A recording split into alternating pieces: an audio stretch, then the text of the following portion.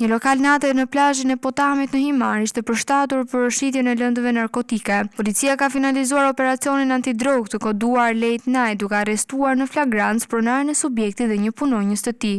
Në pranga u vu 33 vjeçari me iniciale MB, banues në Tepelem, pronari i lokalit, si dhe 20 vjeçari me iniciale AG, banakier në subjekt, banues në Lazarat. Gjatë konfliktit fizik të 20 vjeçarit, shërbimet e policisë gjetën 5 doza të dyshuara kokainë dhe 8 doza të dyshuara kanabis sativa. Ndërkohë, gjatë kontrollit në banesën e pronarit të lokalit u sekuestruan 145 doza të dyshuara kokainë, një peshore elektrike dhe një armë sportive, pistolet, të cilën 33 vjeçari e posedonte pa leje. Në total të operacionit u sekuestruan 150 doza kokainë, 8 doza kanabis, armë sportive, 2 celular dhe peshore elektrike. Sipas policisë, operacioni u realizua pas administrimit të informacioneve operative se në lokalin e natës shiteshin lëndë narkotike. Materialet procedurale janë referuar prokurorisë për veprime të mëtejshme.